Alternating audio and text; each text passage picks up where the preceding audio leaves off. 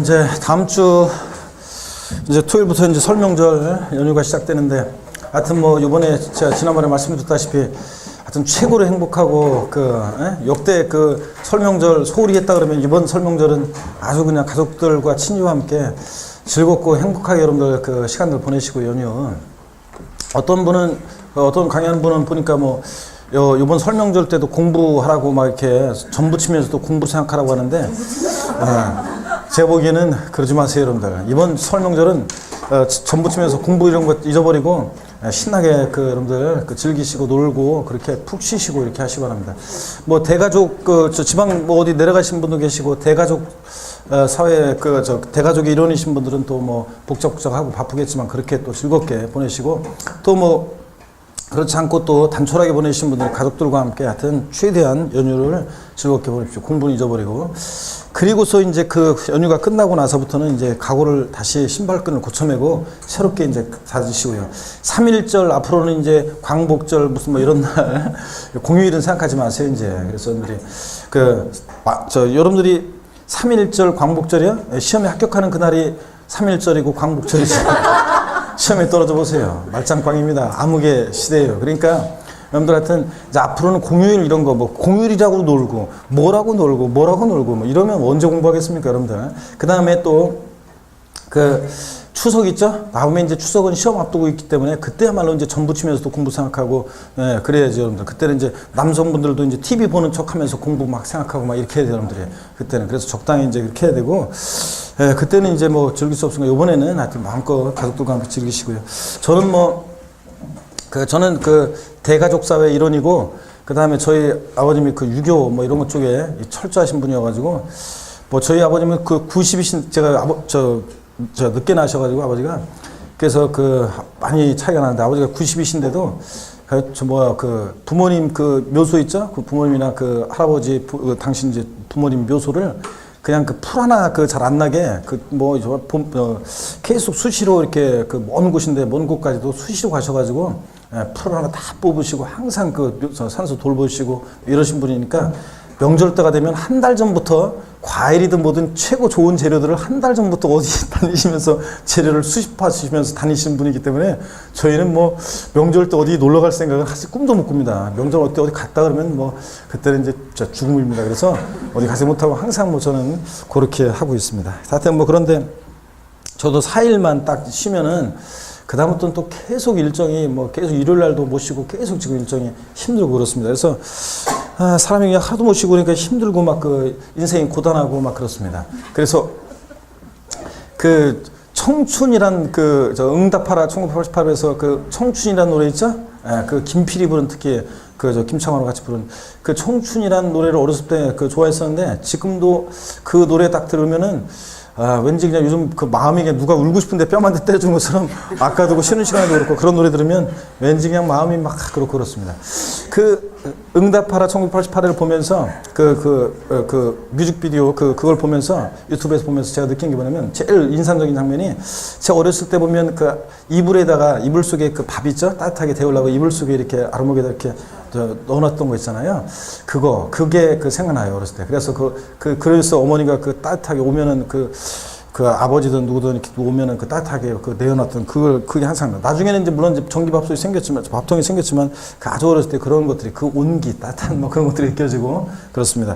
나이가 많다고 자꾸 카페에서 보면 48, 49 먹은 사람이 자꾸 보면 제가 나이가 많아서 공부하려고 그랬더니 힘들었어요. 막 이랬는데 내가 지난주도 얘기했지만 40대는 여러분 한참 공부할 팔팔한 청춘이에요, 여러분들. 제가 항상 얘기하지만 청춘. 50대 많다고 얘기하는데 청춘입니다, 여러분들. 그래서 항상 청춘의 마음으로 공부하시고 청춘입니다. 그지?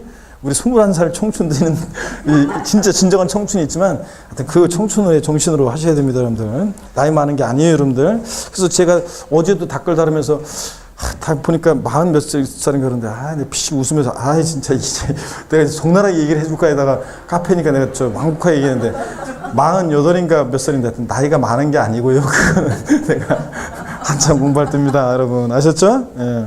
자, 우리 10페이지, 209페이지 봅니다. 03번 테마 봅니다. 209페이지 03번 테마. 납세의무자 신고 의무 및 납세 관리인의 지정 신고에서 이 1번 납세의무자 신고 의무 있잖아요. 시험에 뭐 이거 별건 아닙니다. 그렇지만 한번 봅니다. 1번에 아까 제가 설명드렸던 내용 중에 일부기 때문에 어떤 의미인지를 좀 짚고 넘어가겠습니다. 동그라미 1번 다음에 어느 하나에 해당하는 자는 다음에 어느 하나에 해당하는 자가 누구냐? 아래 동그라미 기억본부터 리을본까지 나왔는데 밑줄을 꼭 외우는 거 아니고요. 기억본만 한번 볼게요. 재산의 소유권 변동 또는 과세 대상 재산의 변동 사유가 발생했으나 과세 기준일까지 그 등기가 되지 아니한 재산의 공부상 소유자. 아까 설명드렸죠? 예, 아까 설명드렸잖아. 예, 아까 지웠구나. 지우지 말라고 할 거야. 자, 갑과 을이 아까 부동산 거래했는데 2016년 5월 31일 날 잔금 치렀고 자, 6월 20일 날 등기가 됐어요. 자, 그러면 이렇게 권리 변동이 있는데 과세 기준일까지 등기가 이행이 안 됐을 때는 이 누가요? 이 공부상 소유자가 자, 이걸 신고해 주게 됐단 말이에요. 이런 권리 변동 사실. 그런 얘기입니다. 자, 이렇게 권리 변동이 있는데 권리 변동 사실 과세일까지 등기가 이행이 안 됐을 때는 공부상 소유자가 다시 올라갑니다. 동그라미 1번 다음에 해당한 자는 여기 밑줄입니다. 이런 경우에는 과세 기준일로부터 10일 이내 밑줄이요. 자, 사유 발생일로부터 10일 이내 이렇게 바꿀 수 있어요. 그럴듯하지만 항상 재산세는 언제부터 그럼 항상 언제다? 과세 기준일로부터입니다. 10일 이내 6월 1일로부터 10일 이내 그 소재지 관하는 지자체장에게 그 사실을 알 수 있는 증거자를 갖춰 신고해 주게 되어 있습니다. 자, 그래서 여기 보세요, 여러분들. 자, 과세일까지 권리 변동이 있는데 등기가 이행이 안 됐어요. 그럼 공부상 소유자가 과세 기준일로부터 10일 이내에 자, 10일 이내에 자, 신고를 합니다. 계약서 첨부해서 시장본사한테 신고를 했어요. 그러면 이제 과세당국에서 딱 보니까 5월 30일에 잔금 치렀네. 등기는 안 됐지만 그러면 6월 1일 현재 재산을 사실상 소유하는 자 매수인 을이 납세의무자가 되는 거고요. 근데 이런 권리변동 사실을 신고 안 했어요. 그래서 과세권자가 누군지 사실상 그러니까 소유자가 누군지 알 수 없어. 그럴 때 누가 납세의무자? 공부상 소유자가 납세의무자가 되는 거잖아요. 아까 그 얘기입니다. 이게 권리변동이 있는데 과세 기준까지 등기가 이행이 안 되거나 이럴 때 자, 이렇게 신고해 주게 됐습니다. 과세 기준으로부터 10일 이내에 신고해 주게 되어 있는데, 자, 포인트는 여기 세 번째 줄. 이 경우 이런 신고를 하지 않더라도 가산세 부과되지 아니한다 밑줄입니다. 자, 여러분, 이런 신고는 정확한 재산 상태를 파악해서 정확한 납세 의무자에게 세금 부과 고지를 위한 징수 편의를 위한 신고예요. 자, 보세요. 만약에 이 과세기일부터 10일 이내에 이런 신고를 안 해요? 그러면 누가 납세의무자가 돼요? 이 공부상 소유자 지가 신고하게 되는데 신고를 하면 이 공부상 소유자가 재산세 납세의무자가 되는 거예요. 그렇기 때문에 자, 이런 건 정확한 재산 상태를 파악해서 정확한 납세의무자에게 부과하기 위한 신고이기 때문에 이런 신고를 하지 않더라도 가산세는 적용되지 않습니다. 여러분, 이 결론입니다. 제가 애초에 조세 총론에서 징수 방법 할 때 이런 얘기 했어요. 재산세는 보통 징수 방법으로만 징수되고 어떤 경우에도 가산금만 적용되고 가산세가 적용되지 않는 세금입니다. 재산세 문제에서 뭘 안 했다고 가산세 적용된다. 무조건 틀리다고 그랬죠? 재산세에서는 가산세는 부과되지 않습니다. 가산금만 적용되고요. 그 다음에 그 사유가 어떤 거냐, 니은번 같은 거 줄글 필요 없이 뭐 상속계시된 재산으로서 상속등기가 되지 아니했을 땐 주된 상속자가 이게 상속계시된 재산이다 뭐 이런 거 신고해주게 돼 있고 등등 그래요. 리을번 신탁법에 따라 수탁자 명의로 등기된 신탁재산일 때는 수탁자가 이런 신고를 해주게 돼 있습니다. 신탁재산이라는 것을 과세기준으로부터 며칠 이내? 10일 이내. 이런 신고 안 해도 가산세 제재는 없다. 동그라미 2번이요. 위 동그라미 1에 따른 신고가 사실과 일치하지 아니하거나 신고가 없는 경우에는 지자체장이 직권으로 조사해서 과세대상에 등재할 수도 있습니다. 옛날 초창기 시험 때 직권으로 지자체장이 직권으로 등기부에 등기할 수 있다 이렇게 바꾼 적도 있는데 등기는 당연히 등기관만이 하는 거죠.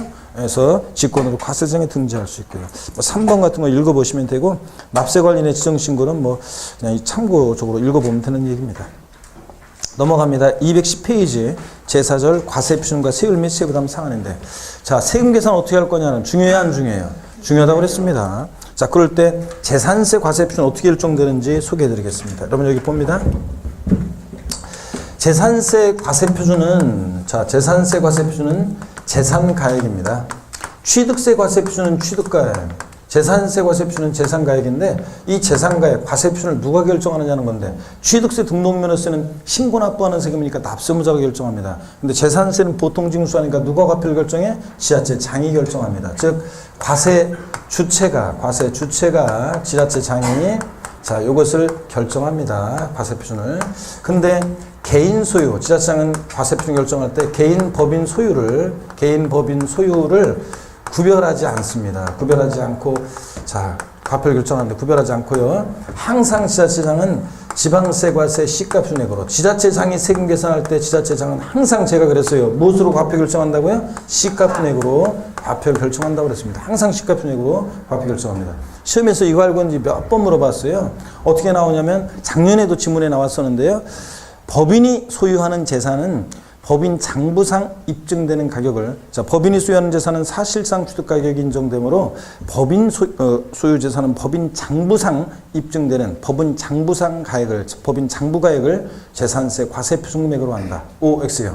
X입니다. 법인 장부상의 가액이 아니라 법인 소유 재산도 무엇으로 지자체장이 과표 결정한다고요? 시가순액으로 과표 결정합니다. 항상 그래요. 또 시험에서 국가나 지자체 등으로부터 취득한 재산의 재산세 과세 표준은 그 사실상 취득가격으로 한다.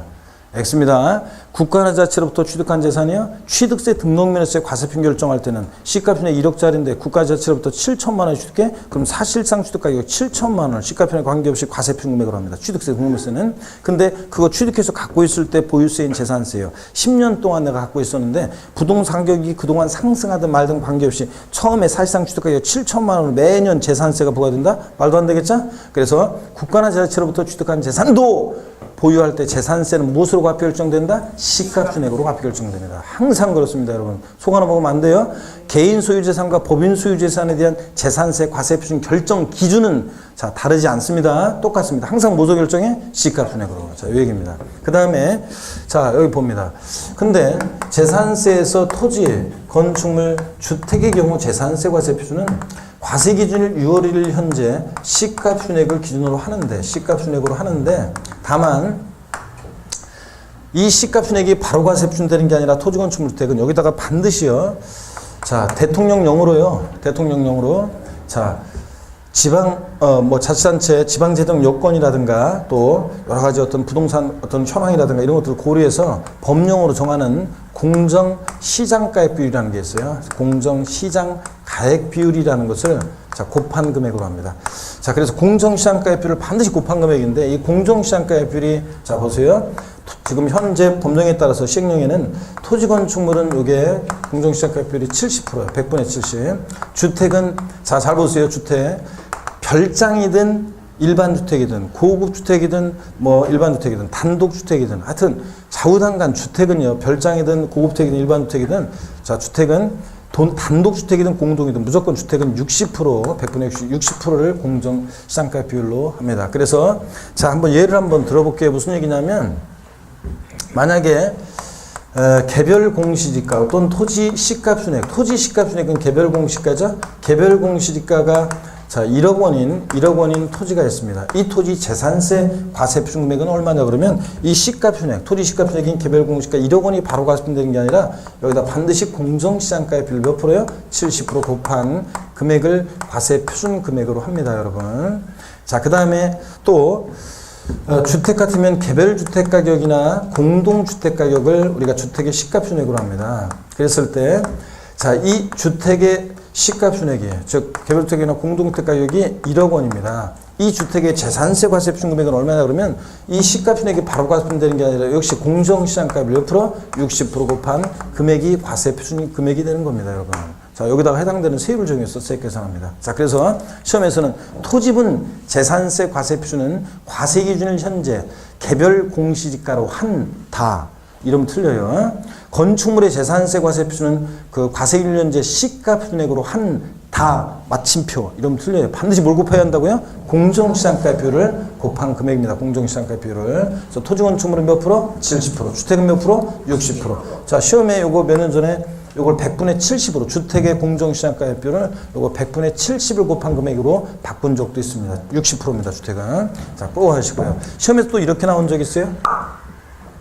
재산세 과세 표준 결정 시 공정시장가액 비율을 적용하는 것은 재산세 과세 결정 시 공정시장가액 비율을 적용하는 것은 토지, 주택에 한한다 그랬습니다. OX요.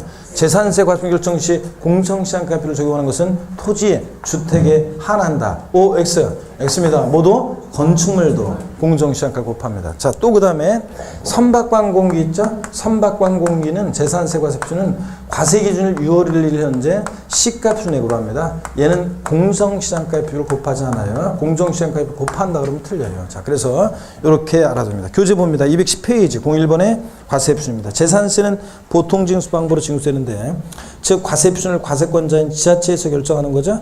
이때 여기부터 비출입니다. 지자체는 과세기준일 현재 시가 순액을 기준으로 과세표준을 산정하는데 이는 개인 법인 소유에 관계없이 적용된다. 밑줄 쫙이요. 말씀드렸고요. 항상 시가 순액으로 하고. 여기서 이건 그냥 읽어보면 돼요. 주의할 점은 법인이 소유한 재산에 대해서도 시가 순액을 적용한다는 것이다. 그러므로 법인 장부상의 금액이나 신고가액 등은 재산세 과세표준이 될 수 없다. 자, 동그라미 1번.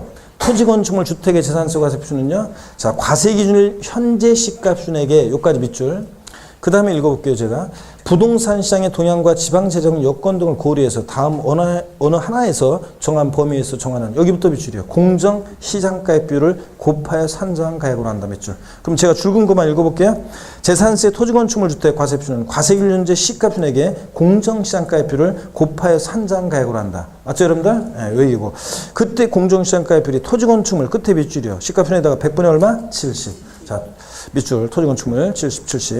그 다음에 주택은 몇 프로요? 100분의 60, 60% 곱한 금액입니다. 그 다음에 선박항공기의 경우는 그냥 과세율련제 뭐로 한다? 시가 순액으로 합니다, 여러분. 공정시장가액 곱한다, 곱한다? 안 곱합니다, 여러분. 자, 이렇게 해서 알아두시면 되겠습니다. 자, 그 다음에 02번의 재산세 세율입니다. 과표 결정됐으니까 이제 곱하기 세율인데 동그라미 1번 재산세 세율은 과세 대상별로 각각 다르게 규정하고 있으며 자, 밑줄이고요. 대상 종류별로 세율이 다르고요. 여기 특히 여기요. 초과 누진세율과 비례세율 구조로 되어 있다. 밑줄입니다. 자, 그래서 재산세는 재산에 부과하는 세금이니까 과표 커지면서 세율이 높아지는 누진세율 구조로 되어 있는데 비례세율도 적용됩니다. 취득세 등록면세는 비례세율 구조로만 되어 있어요. 근데 재산세는 비례세율, 누진세율 다 적용됩니다. 또 두 번째 줄 지자체 상은 특별한 재정 수요나 재해 등의 발생으로 재산세 세율 조정이 불가피하다고 인정된 경우 조례가 정하는 바에 따라서 표준세율의 50%, 100분의 50 범위에서 가감할 수 있다. 자, 그런데 포인트는 여기입니다. 이 다만 가감한 세율은 해당 연도에만 적용한다. 밑줄 쫙이요. 자, 여러분 보세요. 그 해 재정 수요가 발생했어요. 즉 지자체가 지금 막 긴축 예산이에요. 돈이 많이 필요해요. 마이너스예요. 인천광역시처럼 돈이 막 필요해요. 그래가지고 자, 재산세 세율을 좀 높일 필요가 있을 때 또는 재해 등이 발생해가지고 지금 물난리 나거나 막 해가지고 난리가 났어요. 그래서 재산세를 좀 깎아줄 필요가 있을 때. 자, 요럴 때 조정할 수가 있다는 건데 표준세율이 몇 프로 범위 내에서? 50% 범위 내에서. 지방세, 주요 부동산 세금은 다 50% 범위 내에서 가감 조정합니다. 그럴 때 그 해 재정 수요가 발생했거나 그 해 재해 발생한 거기 때문에 그래서 조정한 거니까 그 해당 연도에만 이 가감 조정한 세율을 적용하는 거지 다음 연도까지 적용한다. 땡. 5년간 적용한다. 땡이라고 그랬습니다. 그랬더니 시험에서는 어떻게 나왔냐, 실전에. 제가 맨날 그렇게 했어요, 그 당시에. 그런데 실전에서는 자, 가감 조정한 세율은 3년간 적용한다. O, X. X입니다. 그 해당 연도만 적용합니다. 211페이지 동그라미 2번입니다. 같은 재산에 대해서 둘 이상 세율 정할 때 그중 어떤 거요? 높은 세율 적용한다. 세율 적용의 일반 원칙이기 때문에 취득세에서도 나왔었죠? 바꾼다고 하면 취득세에서 문제 나오기를 낮은 세율 적용한다 이렇게 취득세 문제에서 바꿔서 나왔습니다. 자, 재산세에서 자, 동일한 대상 물건이 2개 이상의 세율이 당해 표준세율 적용되고 중과세율 적용되고 그러면 어떤 거? 높은 거예요. 동그라미 3번은 됐고요. 그 다음에 표준세율입니다. 재산세는 세율이 대상 종류에 따라 자, 다양해요. 나중에 이제 3월 달부터 5월 달에 걸쳐서 이제 분비는 종류에 갔더니 별로였더라. 건축물 심화 이론 가면 025, 05, 125 세요. 안 오면 죽어, 비례세요. 이러면서 나중에 외웁니다. 지금은 오늘은 그냥 용어만 좀 익히고 갈게요. 자, 세율을 지금 자세히 안 배우고 있어요. 다른 세목도. 토지 재산세 세율이요. 소유재발 합산과세 돼 있고 한쪽 가르치는 1번. 종합합산 대상 토지요. 자, 시군구 안에 소지하는 종합합산 대상 토지를 납세무자별로 합산한 가액을 과세표준해서 여러분, 자, 종합합산 대상 토지는 합산이라는 것은 예를 들어 토지 인수력 성격이 있어가지고 종합은 종합끼리 시군구 관할 구역내 토지를 합산한다고 그랬죠? 그 얘기입니다. 그래서 합산한 가액을 과세표준해서 다음에 3단계 과표관 3단계로 되어 있어요. 초과 누진세를 적용하는데 왜 이걸 보냐면요. 용어 설명을 드리려고 그래요. 초과누진세율이라는 게 뭐냐 설명을 드립니다. 그 표를 보세요, 여러분들. 자, 과세표준 종합합산상 토지 개별 공시가에다가 공정시장가의 비율을 70% 곱해서 구한 그 과세표준 금액이 5천만 원 이하면 1천분의 0.2%. 5천만 원 초과 1억 원 이하면 자, 10만 원 플러스 10만 원이 어디서 나왔냐? 5천만 원 곱하기 0.2% 하면 그 아래 0.2% 하면 1천분이 0.2% 하면 10만 원 나와요. 5천만 원 초과 금액에 1천분의 3, 0.3%. 1억 원 초과하면 25만 플러스 1억 원 초과 금액에 1천분의 0.5%인데 이걸 외울 필요 없어요, 여러분들. 자, 무슨 얘기냐면 용어 설명이에요. 누진세율이 적용되니까 재산세, 토지 누진세율이니까 보세요. 과표가 커지면서 0.2, 0.3, 0.5 세율이 높아지죠? 누진세율이에요. 근데 초과누진세율이라는 게 뭐냐? 예를 들어서 종합합산상 토지 과세표준을 계산했더니 6천만 원 나왔다고 쳐요. 그러면 몇 번째 과표 구간에 해당돼? 두 번째. 5천만 원 초과 1억 원이야. 여기 해당되죠? 예를 들어서 6천만 원이라고 하면 과세표준이. 그러면 10만 원 플러스 5천만 원 초과 금액이 얼마예요? 6천일 때? 1,000만 원. 그 하나의 과표관을 초과할 때는 그 초과하는 금액에 대해서는 해당되는 누진세율 중에. 그래서 6천일 때 10만 원 플러스 5천만 원 초과 금액 1,000만 원에 1천분의 3, 0.3%니까 얼마? 3만 원. 1,000만 원에 0.3% 3만 원. 그러면 합치니까 상출세 얼마 나와? 13만 원. 이런 식입니다. 과세표준이 만약에 1억 1,000만 원이에요? 그럼 1억 원 초과 과표관에 해당될 세 번째 25만 원 플러스 1억 원 초과 금액 1,000만 원일 때 0.5%, 5만 원. 합치니까 상수세가 얼마? 30만 원. 이런 식으로 하는 게 초과누진세율입니다. 하나의 과표구간을 초과할 때마다 초과되는 금액에 대해서는 해당되는 누진세율을 적용하는 거예요. 이게 뭐라고요? 초과누진세율입니다. 그래서 이렇게 해서 용어 말 뜻을 익혔으면 됐고요. 이 표를 외울 거 아니고요. 별도 합산상 토지 이런 것도 나중에 다 이제 합니다. 이제 지금은 세율 외울 필요 없어요. 용어만 익히고 넘어갑니다. 212페이지 양가로 2번 주택인데요. 여러분 항상 세법에서 우리 부동산 세법에서는 주택 나오면 항상 중요한 거예요. 주택에 대한 얘기 나오면 무조건 별표시부터 하고 들어가는 거예요. 아시겠습니까, 여러분? 주택은 무조건 중요합니다. 항상 재산세뿐만 아니라 취득세나 양도세든 뭐든 주택 나오면 항상 우리 세법에서는 무조건 중요합니다. 주택에 대한 내용은. 그래서 주택법입니다. 주택별로 개별과세하는데 동그라미 1번 납세무자가 소유하고 있는 해당 시군구 관할구역 안에 소지하는 주택 밑줄입니다. 고급택 포함해서에 대한 재산세는 주택별로요. 이거 포인트죠. 또 주택별로 고급택 포함해서 고급택도 취득세에서만 중과세야지 일반 재산세는 일반 주택과 똑같아요. 주택별로요. 재산세는 원칙 물세잖아요. 자, 동일한 시군구 관할 구역 내 A주택과 B주택을 어떤 사람이 소유하고 있어요. 그래도 주택별로 따로따로 세액 계산하는 거지 소유자별로 합산하여 이름 틀리자고 그랬죠? 그래서 그 주택별로 자, 거기 주택별로의 돼지꼬리 땡냐에서 소유자별 합산 이러면 틀려요. 자, 동일한 시군구 하나 구역 내에 있는 주택의 가격을 소유자별로 합산한 과세표준 금액에 이러면 틀립니다. 합산 아니고 뭐라고요? 주택별로 각각 따로따로 주택별로. 그 다음에 4단계 초과 누진세율 밑줄입니다. 0.1%부터 0.4%까지 4단계 초과 누진세율 적용합니다. 밑줄자. 더 중요한 거 다만 별장에 대해서는 별장 사실상산이죠. 지방세에서 별장에 대해서는 재산세 중과세 하는데 1천분에 얼마? 40의 비례세를 적용한다. 밑줄자. 비례세니까 1억짜리 별장이든 10억짜리 별장이든 무조건 4%입니다. 별장은 몇 프로? 4%입니다. 자, 거기 표를 보니까 주택, 고급택 포함해서 자 6천만 원 이하다 과세표준이 그러면 0.1%부터 1천분의 1, 0.1%부터 3억 원 초과하면 1천분의 4, 0.4%까지 4단계, 과표관 4단계로 초과누진세율을 적용됩니다. 여러 개의 주택이 있을 때 주택은 어떻게 한다고요? 주택별로. 자, 각각 4단계 초과누진세율을 적용합니다. 별장은 몇 프로라고요? 4%입니다. 그러면 질문 드리겠습니다. 중요한 건데 나중에는 이제 종합적으로 다 계속 강조드립니다. 지방세법상 사치성 재산에 해당하는 지방세법상 사치성 재산에 해당하는 별장 및 고급주택에 대한 재산세 세율은 1천분의 40이 적용된다. O, X요. X입니다. 왜 틀렸어요? 그렇지. 별장은 4%, 1천분의 40 많은데 고급주택은 중과세 한다 안 한다? 안 하고 일반 주택과 똑같이 초과 누진세율이라고 그랬잖아요, 여러분들. 그 다음에 또 한번 봅니다. 나머지 얘기들은 나중에 볼 거고요. 양가로 3번 건축물에 대한 세율도 나중에 자세히 제가 다 이제 기억할 수 있도록 도와드려요.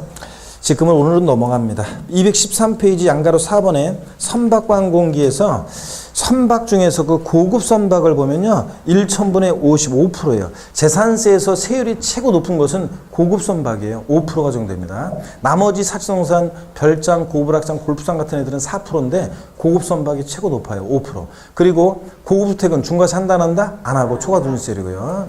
이걸 꼭 알고 있어야 돼요. 이거는 알고 있는지를 시험에서 많이 물어봤습니다. 여러분, 나중에 다 정리해 드릴게요. 오늘은 그냥 이렇게 보시고요.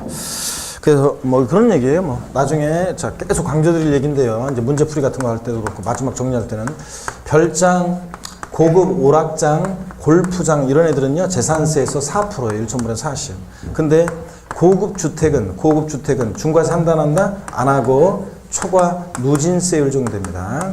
그리고 고급 선박은 재산세에서 고급 선박이 최고 높아요. 몇 프로라고요? 5%예요. 이거 알고 있는지를 시험에서 재산세에서는 이거 알고 있는지 여러 번 물어봤어요. 나중에 이제 이거 계속 강조 드릴 겁니다. 아직은 뭐 와닿지 않고 오늘은 뭐 이거라도 기억해요. 별장은 4%. 자, 그 다음 고급 주택은 중과세 한다 안 하고 취득세만 중과세지. 고급 선박 5%입니다. 이렇게 이 정도 여러분이 아시면 되겠습니다. 그래서 시험에 또 몇 년 전에 나왔던 것이 이렇게도 나왔어요. 자, 최근에 나왔던 게 또 별장, 지방세법상 사실정산에 해당하는 별장의 재산세 표준세율은 1,000분의 55x예요. 별장 1,000분의 50 맞아요? 아니고 4%라니까. 고급 선박 1,000분의 50이지. 자, 이렇게도 나왔고요. 그 다음에 뭐 213페이지 중과세율 이런 것들 나중에 봅니다. 자, 그리고 214페이지 재산세 도시지역분 있죠? 이건 뭐 중요하지는 않고 어떤 건지 나중에 배웁니다. 4차. 215페이지 있죠? 04번 세부담 상한. 이걸 좀 말씀을 드리려고 합니다. 자, 04번 세부담 상한. 자, 봅니다. 여러분, 어떤 거냐면 이게 세부담 상한이라는 건 어떤 거냐? 보유세 부담의 극적한 증가를 막기 위한 건데, 여기 보세요, 여러분. 보유세 부담의 극적한 증가를 막기 위한 건데요. 세부담 상한. 여기 봅니다. 세금 부담에 상한을 두고 있어요. 그래서 전년도보다 일정한 상한을 못 넘게 해요. 그렇기 때문에 당연히 이거는 전년도하고 비교를 하는 거니까 당연히 보유세만 있는 거예요. 취득세는 취득할 때만 부과되고 등록면허세는 등록할 때만 부과되고 양도세는 팔 때 양도할 때만 부과되고 딱 끝이에요. 근데 전년도하고 비교한다는 것은 당연히 보유세만 있는 거예요. 여러분, 왜 보유세의 세부담 상한, 전년도보다 올해 일정한 상한을 못 넘게 하는 상한선을 두고 있냐면요. 여러분 보세요. 사람들이 간접세라는 거 있죠. 주세, 증권거래세, 개별소비세 뭐 이런 부가가치 같은 간접세들은요, 사람들이 내는지도 모르고 막 내요. 저 세율에 대한 어떤 개념이 없어요. 여러분들이 물품 구입하면서 부가세 낸다는 생각하면서 저 부담한다는 생각하면서 물품을 구입해요? 아니잖아요. 그냥 아무 생각 없이 그냥 막 물건 사고 그러는 거지. 그 다음에 여러분 필요해서 막 사고, 또 여러분들 그 어젯밤에 술 마신 분이요. 주세, 저도 어제 마셨지만 어제 술 마셔가지고 어제 그냥 왠지 기분이 울적해가지고 어제 자, 한 잔 먹으면서 어제 샀는데 여러분 보세요. 그 주세, 자, 술 마시면서 제가 왜 술을 마시냐고요? 술을 마시면 밤에 강의 끝나고 집에 가보세요. 그러면 가족들은 자고 있고요. 밤늦은 시간에 탁 집에 도착하잖아요. 그러면 조용하고 다 자고 있고, 그러면 왠지 그냥 밤늦게 딱 집에 탁 들어서 저 가방을 탁 놓고 이제 서재방에 탁 이렇게 이제 앉아요. 이렇게. 그러면 그냥 막 인생이 이게 허무하고 막 그래요. 자, 그래서 여러분 보세요. 그래서 이제 뭐 제 컴퓨터 이제 뭐 작업할 거나 아니면 이제 카페 댓글 달거나 그러려고 컴퓨터를 켜요. 자, 그리고 켜지는 순간에 그 컴퓨터 켜지는 순간에 참 있으면 진짜 그래요. 대충 이렇게 해놓고 이제 와가지고 그냥 잘 수가 없어요. 몸은 막 머릿속에 여러 가지 복잡하고 막 그래요. 그럴 때 한 잔 술을 마시잖아요. 혼자서. 그러면 세상이 아름답게 보여. 자, 그러니까 그 맛에, 그러니까 세상이 아름답게 보이니까 그럴 때 댓글을 달면 댓글도 장문의 댓글이 달면서, 그러면서 표현도 시적으로 가고 그래요. 그래서 이렇게 하고 그러거든요. 일도 또 힘들지도 모르고 또 좀 하고요. 막 그렇습니다. 여러분, 그러면서 제가 그것 때문에 술 먹지. 술 마시면서 내가 주세 낸다는 생각하면 술 못 먹지. 돈 아까워서. 근데 세금 낸다는 생각하면. 근데 뭐 그래요. 사람들이 내는지도 모르고 돼요. 근데 직접세 있죠? 취득세라든가 등등 소득세라든가 재산세라든가 이 직접세 세율이 인상되잖아요. 사람들이 막 욕합니다. 근데 특히 보세요. 취득세는 뭘 사면서 세금을 내니까 욕은 하지만 좀 누그러져요. 소득세요? 소득 중에 일부를 내니까 욕은 하지만 좀 누그러져요. 진짜 사람들이 용서 못하는 세금이 어떤 거냐? 보유세입니다. 가만히 있는데 매년 세금 내라고 하니까 그냥 되게 억울하다고 생각해요. 액수는 얼마인데도요, 전년도보다 몇만 원만 올라도 사람들이 막 되게 흥분합니다. 그래서 옛날에 노무현 대통령 같은 경우는 엄청 그 강남을 중심으로 진짜 치명적으로 욕먹은 이유가 종부세 도입해가지고. 가만히 있는데 왜 재산에 대해서 똑같은 재산에 대해서 왜 세금, 엉뚱한 세금 만들어내고 세금 부과하냐? 막 욕했어요. 세금 폭탄 때린다고. 그런데 제 아이러니는 종부세 대상 아닌 사람들도 막 그거 갖고 욕하더라고. 근데 자기하고 관계없는데 종부세 내는 사람도 아니면서 앞으로 내려고 그러는 건가? 막 욕하고 그러더라고. 어떤 간에 그러면 하여튼 보유세 사람들이 욕을 해요. 그러다 보니까 욕먹으면 안 되잖아요. 다음에 표 안 찍어주면 안 되니까. 그러니까 보유세에 세부담 상한을 두고 전년도보다 올해 일정한 상한을 못 넘게 해요. 예를 들어서 재산세 같으면 어떤 토지가 있어요. 건축물이 있어요. 전년도에 10만 원 냈어요. 올해 재산세를 계산했더니 이게 18만 9천 원이 계산됐어요. 그러면 자, 상한선이 이제 150%인데 15만 원을 못 넘게 해서 올해 작년에 10만 원 냈어요. 올해 18만 9천 원이 계산됐어도 얼마만 내면 되냐? 15만 원만 내면 돼요. 이게 세부담 상한선입니다. 오늘은 이렇게 용어를 익히고 가면서 어떤 게 세부담 상한선을 두고 있냐? 보유세들이 그래요. 자, 취득세는 한 번 취득하고 끝나고, 등록세 한 번 등록할 때 끝나고, 양도세 한 번 양도할 때 끝나니까 이거는 보유세, 재산세. 나왔다. 재산세 나오면 한 세트 같이 따라다니는 애 있죠? 아유, 조세 총론에서 그렇게 강조했는데 재산세 가는 곳이면 어지간하면 물란만 안 따라다니고 웬만한 동네 같이 따라다니는 애 있잖아요. 지역자원시설세, 특정 부동산분. 자, 소방시설 같은 공동시설을 유지관리할 목적으로 특정 부동산 보유시에 부과되니까 둘 다 부동산 보유 단계에서 부과되는 보유세고, 자, 과세기준일 6월 1일로 똑같고, 납세무시 성립시기에서 똑같고, 얘네들 두 개 보통징수 방법으로 징수합니다. 고유세를 통해서. 자, 그러다 보니까 얘네들 보유세예요. 자, 둘 다 재산세, 세부담 상한선 규정을 지역자원시설세가 준용해서 얘네들 내용은 똑같아요. 그 다음에 이제 종합부동산세요. 자, 이렇게 해서 세 개 세목, 보유세에서 이렇게 세부담 상한선이 적용됩니다. 재산세, 자, 지역자원시설세, 종부세는 세부담 상한선 규정이 적용됩니다. 자, 그래서 요 얘기입니다. 자세한 기준은 뭐 나중에 배울 거지만 그래도 살짝 한번 맛배기로 한번 볼게요.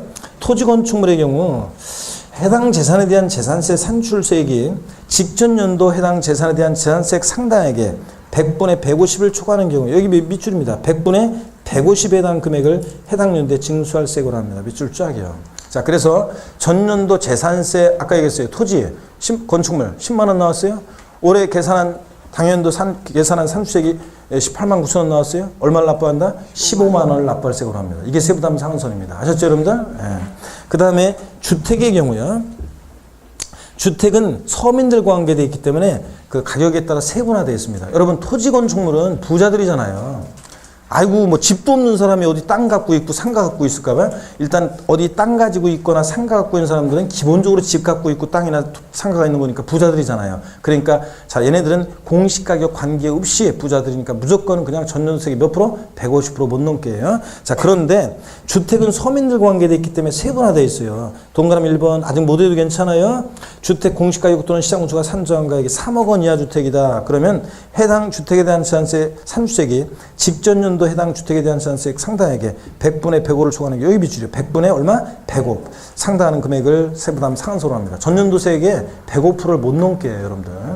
자, 그 다음에 2번. 주택 공시가격 또는 시장구조가 산정한 게 3억 원 초과 6억 원 이하다. 그러면 똑같아요. 이거 두 번째 줄 해당 재산세액 상당액의 100분의 110을 초과하는 경우에 100분의 110에 해당 금액을 자, 징수할 세액으로 합니다. 6억까지는 110%입니다. 세부담 상한선이. 3번 주택 공시가격 시장구조가 산정한 6억 원을 초과했다 그러면 자, 세 번째 줄 맨 끝에 거기에 맨 아래 줄에 100분의 얼마? 130에 해당하는 금액을 자, 세부담 상한선으로 합니다. 130%. 그러니까 주택은 절 보세요. 공시가격이 3억 원 이하 주택이면 105%. 세부담 상한선을 3억 초과 6억 이하다 110%, 6억 초과면 몇 프로? 130%입니다. 아직은 못 해도 괜찮고 자세한 이제 시험에 기출이 됐거든요. 계산 사례 문제가 그 계산 사례 연습 같은 거 나중에 한번 이제 해보도록 합니다. 오늘은 그냥 이게 세부담 상한선이라는 거 이렇게 한다는 거를 눈으로 봅니다. 216페이지 넘어가니까 표에 금방 주택은 정리가 되어 있습니다. 주택은 3억 원이야 105%, 3억 초과 6억 이야 110, 6억 초과하면 130. 근데 토지 건축물은 공시가격 관계없이 공시가격이 3억이든 6억인 건축물이든 토지 건축물 부자들이니까 무조건 몇 프로? 150%예요. 나중에 이제 이걸 계속 제가 헷갈리지 않도록 또 계산 사례 연습 해보도록 합니다. 오늘은 잘 모르겠으면 이거라도 기억해요. 세부담 상한선 보유세 부담의 급격한 증가를 막기 위한 거니까 세부담 상한선이 적용되는 세목은 어떤 애들이 그렇다? 재산세, 같이 나오는 애, 지역자원시설세, 특정부동산분, 그리고 종부세 세부담 상한선 규정이 있다는 것과 세부담 상한선이 이런 거라는 거를 오늘 한번 이해하고 가면 됩니다. 나중에는 이걸 그 기준을 외울 수 있도록 제가 계속 강조드립니다. 제5절 비과세입니다. 216페이지. 어떤 경우에 재산세는 비과세하느냐? 국가 등이 소유한 재산 봅니다. 국가, 지자체, 지자체 조합, 외국 정부 및 주한 국제기구 소유에 속하는 재산에 대해서는 재산세를 부과하지 아니한다 그랬습니다. 당근이죠, 여러분들. 국가 등이 취득할 때 취득세 비과세였죠. 국가 등의 명의로 등록을 받을 때 등록면세 비과세였죠. 국가 등이 수여하는 재산 당연히 재산세 비과세지 뭐 지가 지한테 세금 낼 수는 없고, 다만 다음에 언어에 해당하는 경우 재산세를 부과한다 밑줄이고. 자, 체크합니다. 동그라미 1번. 대한민국 정부 기관 재산의 과세는 외국 정부 재산은 국가 간의 상호주의 정도니까 당연히 우리도 과세해죠. 비과세지만 우리도 어떻게 하고? 비과세하고. 당연한 얘기입니다. 동그라미 2번이요. 국가, 지자체, 지자체의 조합과 재산세상 재산을 연보로 매매 계약 체결하고 그 재산의 사용권을 무상으로 부여받은 경우, 아까 했잖아요. 공부상으로 국가 등이 소유지만 실질적으로 권리 변동 됐다고 해서 누굴 납세무자로 해? 매수, 계약자를 납세무자로 한다고 그랬잖아요. 이거 시험에서는 국가 등의 소유물로 비과세한다 그러면 틀립니다. 2번도 시험에 별건 아니지만 뭐 저 헷갈리는 것도 아니고 한 번만 이런 것들은 봐놓으면 헷갈리지 않을 건데 시험에는 여러 번 나왔어요. 2번도. 국가 등이 사용하는 재산이요. 국가, 지자체, 지자체 조합이 1년 이상 공용 또는 공공용에 사용하는 재산에 대해서는 재산세를 부과하지 아니한다. 당근입니다. 다만 유료로 사용하는 경우에는 재산세를 부과한다. 자, 이것도 당근입니다. 여러분 보세요. 예를 들어서 인천광역시 남구청에서 내 빌딩을 인천광역시 남구청 별관으로 공공용에 1년 이상을 무상으로 사용합니다. 그러면서 때가 되면 아유 고맙긴 한데 재산세는 좀 내셔야지 이러면 되겠습니까? 염두도 없이 당연히 재산세보다 비과세입니다. 근데 임대료 꼬박꼬박 내면서 내 빌딩 사용하고 있어요. 당연히 내 빌딩의 재산세는 과세됩니다. 시험에는 어떻게 나왔냐? 국가가 1년 이상 공용 또는 공공용에 사용하는 재산은 유상무상을 불문하고 재산세를 부과하지 아니한다. O, X. 예? 자, X입니다. 유상무상을 불문하고 아니죠? 무상 사용할 때만 보다 비과세입니다, 여러분. 이렇게 해서 시험 문제 나왔고요. 그 다음에 뭐 3번 같은 것은 임시건축물 및 철거 예정 건축물이야. 다음에 따른 재산, 취득세에서 중과세되는 사치성산 제외한다 밑줄입니다. 에 대해서는 재산세를 부과하지 아니한다 밑줄. 다만 법령으로 정하는 수익사업에 사용하는 경우와 해당 재산의 일부가 목적사업에 사용하지 않는 경우에 그 일부 재산에 대해서는 재산세를 부과합니다. 사치성 재산 제외 포인트를 딱 잡고요. 다만 이어지는 얘기는 그냥 연필로 살짝 줄거 놓고요. 동그라미 1번이 또 좀 의미가 있습니다. 밑줄입니다. 임시로 사용하기 위해서 건축된 건축물로서 재산세 과세일련제 1년 미만의 것 비과세입니다. 이하 이러면 틀려요. 미만의 것 비과세입니다. 그래서 임시로 사용하기 위해서 건축된 건축물로서 재산세 과세 기준일련제 1년 미만의 것이면 얼마 있으면 없어질 거니까 이거 비과세입니다. 재산세. 근데 시험에서는 어떻게 내느냐? 임시로 사용하기 위해서 건축된 고급 오락장용 건축물로서 재산세 과세일련제 1년 미만의 것은 비과세한다. O, X요. X입니다. 제가 뭘 집어넣었어요? 고급 오락장 집어넣었잖아요. 임시건축물이어도 고급 오락장이나 별장 같은 이런 사치성산일 때는 무조건 어떻게 한다? 중과세입니다, 여러분. 그래서 항상 우리가 취득세, 등록면세, 재산세, 비과세 문제에서 사치성 재산 들어있으면 무조건 어떻게 한다? 과세입니다, 여러분. 자, 이런 걸 주의하면 됩니다. 1년 미만의 것 비과세, 이런 거. 나머지 이제 기타 비과 대상은 나중에 이제 천천히 우리가 차츰차츰 공부합니다. 218페이지 제6절 부가와 징수입니다. 자, 부가 징수인데 한번 봅니다, 여러분. 자, 중요해요, 안 중요해요? 중요합니다. 종합문제 속에서 단골로 잘 나오고 독립한 문제로도 나오고요. 고개를 듭니다, 여러분들. 예. 자, 이제 뭐 여러분들 오늘 하고 내일 수업 있죠? 내일만 오전 뭐 주요 오늘 수업 끝나면 내일 저 수업 딱 하면 주요 합반에서 딱 수업하면 그러면 뭐 며칠 동안 쭉 쉬잖아요, 여러분들. 그래서 쭉 쉬는 거고. 왜 주부들은 뭐 일해야 되나 가서 뭐 이렇게 시댁 가서 왜 그 인상 쓰고 그래? 내가 일 시켰나? 자, 그쵸. 무슨 인상 쓰고 그러는데. 자, 내가 꼭 일 시킨 것 같잖아. 아, 진짜. 즐겁게 주부 수강생 여러분들. 아이고. 그래서 귀향이 하는 거 뭐 즐겁게 가서 여러분들이 솔선수범해서 여러분들이 하시란 말이죠. 그래서 솔선수범해서 여러분들이 요번에 잘 이렇게 하고 그 다음에 설정 얘기해. 예? 다음에 추석 때는 좀 봐달라고. 그래서 요번에는 2배로 일해. 가서 막 솔선수범해서 2배로 일하고 나중에 추석 때는 좀 빼달라고 그래. 아셨죠 여러분들? 예. 왜 대답 안 해? 그러라니까 여러분들. 그게 이익이지. 자, 218페이지 봅니다. 제6절 부가가 징수입니다. 과세 기준일 있죠? 재산세는 보유세다 보니까. 예. 재산세 과세 기준일은 매년 언제로 한다? 6월 1일로 합니다. 그래서 매년 6월 1일로 하고요. 재산세는 항상 뭘 판단할 때 과세 기준일 기준으로 판단해요. 그래서 한번 안 배울 내용이지만 한번 찍어보세요 여러분들. 시험 문제 어떻게 나왔냐? 이게 내공을 가져야 된다니까. 보세요. 시험 문제 이런 질문이 나왔어요. 물납하는 재산세 문제에서 물납하는 부동산의 평가는 재산세 물납하는 부동산의 평가는 매년 12월 31일 현재 시가로 한다. OX예요. 찍어보세요. 자, 물납하는 부동산의 평가는 매년 12월 31일 현재 시가로 한다. 이런 거 무조건 틀린 거예요.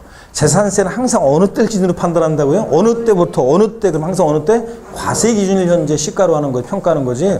12월 31일 현재 시가 아닙니다. 재산세는 항상 뭘 판단하면 언제야? 과세 기준일 현재 시가로 평가합니다. 이런 거예요. 안 배웠어도 이런 것들은 여러분들 응용력을 발휘해야 돼요. 그 다음에 납세지 봅니다. 재산세 납세지는 뭐 지방세니까 당연히 어디로 가야 됩니까? 토지는 토지 소재지, 건축물 소재지, 주택은 주택 소재지입니다. 시험에서 주택분 재산세 납세지는 주택 소유자의 주소지이다. 땡이죠? 아니고보다 주택 소재지입니다. 여러 곳에 토지를 보유하고 있는 경우에 토지분 재산세 납세지는 자 어디라고 그랬습니까? 여러 곳에 토지를 보유하고 있는 경우에 토지분 재산세 납세지는 토지 소유자의 주소지이다. OX예요. 여러 곳에 토지를 보유하고 있는 경우에 토지분 재산세 납세지는 토지 소유자의 주소지이다. OX예요. X입니다. 여러 곳에 토지 있어도 뭐 서울에 있는 것은 서울특별시 강남구에 있는 토지는 강남구에, 인천광 역시 남구에 있는 것은 남구에, 인천광 역시 연수구에 있는 것은 연수구에, 부산광 역시 해운대구에 있는 것은 해운대구에, 이런 식으로 각 그 재산 소재지, 토지 소재지를 납세지로 한다고 그랬습니다. 그래서 여러분들, 그래서 지난번에 할 때 얘기했잖아요. 뭐 예를 들어서 충청남도 아산시에 토지가 있는데, 아유 저희 집으로 재산세 거기서 보내오던 거요. 자 이러지 말라고 그랬죠 여러분들. 아산시장에 그러면 토지분 재산세 아산시에 있는 여러분 아산시에 토지가 있다고 치고 갖고 있는 토지에 대해서 그 아산시장에 토지분 재산세 계산해서 그럼 토지 위에다가 던져놓고 거기서를 그러면 안 되니까 당연히 집 주소지로 보내준 것 뿐이지 세금 내면 자 재산세는 어디로 간다? 아산시로 갑니다. 선박항공기는 예외적으로 주소지로 가는 예외도 있지만 그냥 이건 줄 볼 필요도 없어요. 부동산 소재지고요. 징수 방법입니다. 재산세 보통징수로 징수한다고 그랬습니다. 동그라미 1번. 재산세는 관할 지자체장이 세액을 산정하여 보통징수 방법으로 징수합니다. 동그라미 2번. 재산세를 징수하려면 토지 건축물, 주택, 선박 및 항공기로 구분한 납세고 주소에 과세 비중과 세액을 적어서 여기 몇 주입니다. 늦어도 납기 개시 며칠 전까지요? 5일 전까지 발부해 줘야 됩니다. 납기 개시 5일 전까지. 시험에서는 바꾼다 그러면 납기 개시 전까지 발부해야 한다. 아니에요. 납기 개시 며칠 전? 5일 전까지 발부합니다. 아유, 그래야지 미리 준비하고 그러지. 그 다음에 나머지 3, 4, 5번은 그냥 읽어보는 거고요. 자, 2번에 고지서상 납부기간은 뭡니다. 여러분, 재산세 납기는요, 상식입니다. 반드시. 이거는 그냥 취득세 신고기한, 취득일부터 며칠 내? 60일 내. 뭐 이런 것처럼 각 세목별로 신고기한, 납기 이런 거는 반드시 우리가 그냥 상식처럼 알고 있어야 되는 거. 이건 뭐 중요하고 안 중요하고가 아니라 그냥 기본적으로 알고 있어야 되는 거예요. 항상 반드시. 토지분 재산세 납부기간, 재산세 납부기간은 재산의 종류에 따라 달라져요. 토지분 재산세 납기는 매년 9월 16일부터 언제까지? 9월 30일까지로 합니다. 3, 4, 5번 건축물 선박항공기 7월 16일부터 7월 31일까지로 합니다. 주택분 징수할 세액의 2분의 1 절반은 7월 16일부터 30일까지, 나머지 2분의 1은 9월 16일부터 9월 30일까지 납기로 합니다. 왜 그러냐? 주택은 서민들 관계에 있어가지고 납부 부담을 줄여주기 위해서 1년에 여러분이 낼 세금을 2번 나눠서 이렇게 징수하고 있습니다. 토지나 건축물은 부자들이니까 그냥 한 번에 징수하는 거고요. 근데 주택만 이렇게 2번 나눠 징수합니다. 그런데 이렇게 제가 꼭 2번 나눠 징수하는 거라고 꼭 가르쳐 줬는데도 불구하고 이게 보통 일반인도 아니고 말이야. 공인중개사 공부하는 수험생이 꼭 9월달 되면 주택분 재산세 고지서를 들고 저를 찾아오는 사람이 학원마다 한 명씩은 아니지만 제가 강의하는 사람 전체로 따졌을 때 한두 명씩은 꼭 옵니다, 매년. 아니, 진짜요. 꼭 와요. 없을 것 같죠, 여러분들? 아니, 군대에서도 이렇게 걸어갈 때, 제식하는데, 이렇게 걸어가는데 꼭 이거 저 좌양 앞으로 가는데 한 사람하고 다 이렇게 이쪽 좌양 앞으로 가면 이쪽으로 다 좌양 가는데 왼쪽으로 가는데 혼자 오른쪽으로 하는 애가 꼭 나오잖아요. 아, 여러분, 여성분들은 잘 모르는구나. 남성분들은 공감이 돼요. 꼭 그 희한하게 이거 좌양 앞으로 가면 좌양 앞으로 왼쪽으로 가면 되는데 꼭 오른쪽으로 혼자 가는데 꼭 나와요. 그런 것처럼 이런 것도 꼭 그래 이렇게 배우는데도 꼭 오는 사람들이 있어요. 내가 그래 오지 말라고 계속 강조하고 있습니다. 옛날에 초창기에 진짜 특히 강조하지 않았을 때는 엄청 왔었는데. 자, 가을 되면 제 교수실 놓고 한다 그랬죠? 예? 그러면 저 뭐 좀 물어보려고 하는데 이것 좀 드세요. 음료수 내밀면서 고마워요. 예. 뭐 좀 물어보려고 하는데 물어봐. 예. 저기 이렇게 여름에 분명히 재산세 낸 것 같은데 이거 또 나왔는데 이럴 때 교수님 어떻게 하나요? 이렇게 물어보는 수강생들인데 욕만 먹고 간다고 그랬죠? 예. 그래서 욕만 먹고 가는 거지. 2번 나오는데 다만 여기 봅니다. 또 중요한 거죠. 해당 연대 부가세액이 얼마요? 10만 원 이하인 경우에 조례가 정한 바에 따라서 납기를 7월 16일부터 31일까지 해서 한꺼번에 부가징수 해야 한다는 것보다 할 수 있다고 그랬습니다. 주택분 산출세액이 10만 원 이하면 얼마 안 되잖아요. 근데 2번 고지서 만들어서 보내고 2번 내고 그러면 서로 불편하니까 한 번에 7월 달에 부가징수 해야 한다니고 할 수 있습니다. 자, 질문 드립니다. 이 시험에 기출됐던 건데요. 몇 년 전에. 잘 들어보세요. 처음부터 끝까지 말 하나를 잘 들어보셔야 돼요. 토지분 재산세 산출세액이 10만 원 이하인 경우에는 조례가 정하는 바에 따라서 납기를 7월 16일부터 31일까지로 하여 한꺼번에 부가징수 할 수 있다. O, X요. X입니다. 왜 틀렸어요? 제가 애초에 지금 뭐라고 하면 처음에 토지분 재산세 산출세액이라고 했어요. 토지분 재산세는 산출세액이 10만 원 이하든 뭐든 무조건 언제 징수해? 9월 16일부터 9월 30일까지입니다. 뭐가 이렇게 2번 나눠 징수한다? 그리고 한 번에 징수하고 주택만 그래요. 재산세나 나중에 종부세 문제풀이 과정 들어가면 제가 계속 강조하는 게 항상 재산세나 종부세는 문제를 풀 때 토지를 말하고 있는 건지 지금 건축물을 말하고 있는 건지 주택을 말하고 있는 건지를 항상 잘 봐야지 우리가 주택에 너무 익숙해져 있어가지고 항상 문제 풀 때는 그냥 숫자가 이렇게 맞으면 맞구나 이렇게 얼핏 생각하고 넘어갑니다. 아니고 항상 토지를 말하는지 건축을 말하는지 주택을 말하는지 잘 보셔야 됩니다. 아셨죠 여러분? 네, 이렇게 해서 납기 상식처럼 알고 있어야 됩니다. 3번 수시부가 지자체장은 과세 대상의 누락위법 착오 등으로 인해서 이미 부관세액을 변경하거나 수시부가 사유가 발생하면 수시로 부가징수할 수 있습니다, 여러분. 4번 소액징수 면제요.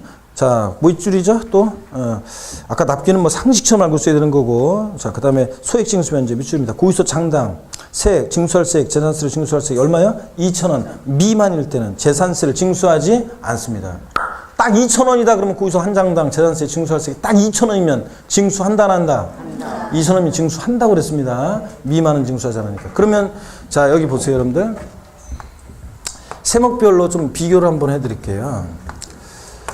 자 면세점 규정과 그 다음에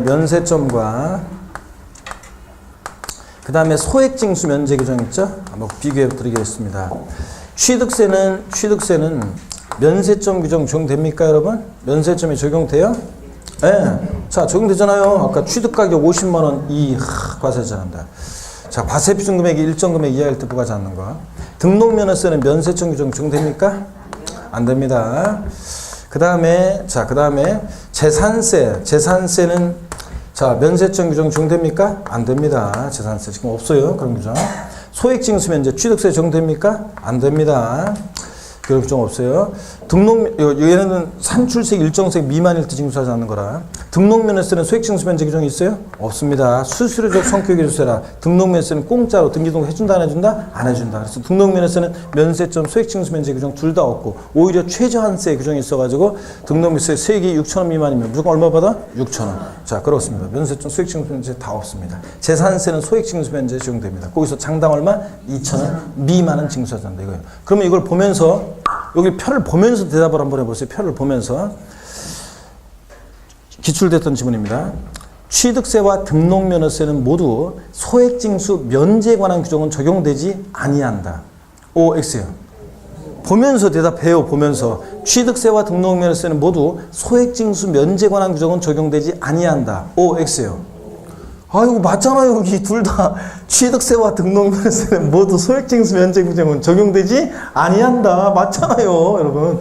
아이고, 이게 어제 강의한 곳에서 어제 경기도 파주에서 강의했었는데, 아이고, 수강생들 이걸 보면서도 자, 취득세와 등록면세는 모두 소액징수 면제 관한 규정은 적용되지 아니한다 그러는데도 자, X 그러면서 그런 분들이 좀 꽤 있었는데, 하여튼 우리가 여러분들이 어릴 때는 진짜 똑똑하다는 소리도 듣고 그랬는데, 여러분들 왜 이렇게 변했는지, 그죠? 그냥 이렇게 이거 보면서도 대답을 어제 그 파주에서 그랬단 말이에요. 그래서 다 틀리고서 다들 어이가 없으셔서 본인들이 웃으시길래 제가 그랬어요. 우리 어렸을 때는 똘똘하다는 소리 듣고 참 그랬었는데, 여러분들이 이게 공부한다고 나이 먹어가지고 공부한다고 하니까 한 살이라도 팔팔한 청춘도 아니고 조금 나이 먹었다고 와가지고 이게 눈으로 보면서도 이걸 갖다가 그게 그건지 모르고 그런다고 내가 그래서 같이 웃었었는데, 여러분 이거 둘 다 소액징수 면제, 취득세, 등록세는 적용되지 않고 재산세 소액징수 면제입니다. 나중에 물론 이제 하나 더 추가할 게 있는데 지금 요 정도만 아시면 되겠습니다. 넘어갑니다. 자, 그 다음에 220페이지 뭐 재산세 과대량의 비치나 이런 것들 읽어보는 거고요.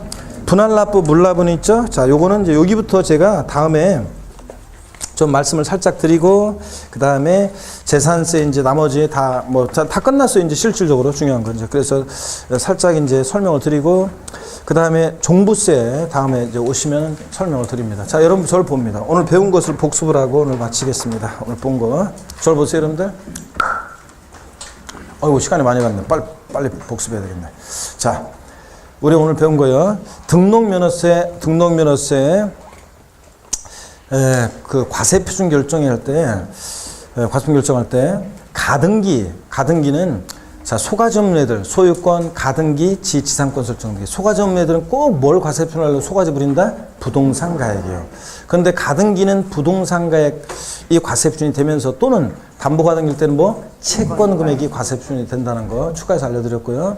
그 다음에 임차권 설정 등기할 때 등록세는 월 임대차 금액을 과세 표준으로 한다는 거. 임차 보증금이 아니라는 거. 일부 교재가 그렇게 되어 있지만, 그 다음에 말소 등기 변경 등기에는 등록세는 뭘 과세 표준한다? 건당 얼마? 6,000원. 그 밖의 등기에 각종의 말소 등기 변경 등기 같은 것들은 건당 6,000원 세율이 적용됩니다. 등록면허세는 자, 소유권에 이에 관한 권리 등기 세율이 자, 그 밖의 등기, 말소 등기, 변경 등기 세율보다 미달할 때는 그 밖의 등기 세율을 적용한다고 했어요. 그러니까 얼마를 받는다고요? 6,000원 받습니다. 무조건. 등록면세는 면세점 소액징수 면제 규정이 없습니다. 수수료 성격의 유세라. 공짜로 해준다, 안 해준다? 안 해준다. 자, 그 다음에 등록면허세. 그래서 세액이 6,000원 미만 나면 무조건 6,000원 받고요. 등록면허세 우리 징수 방법. 신고 납부하는데 원칙적으로 등록면허세는 언제까지 신고 납부합니까? 등록하기 전까지. 기간 나오면 된다, 안 된다? 안 되고. 상속 중에 포함해서 등록면허세는 등록하기 전까지입니다. 취득세랑 비교하시고.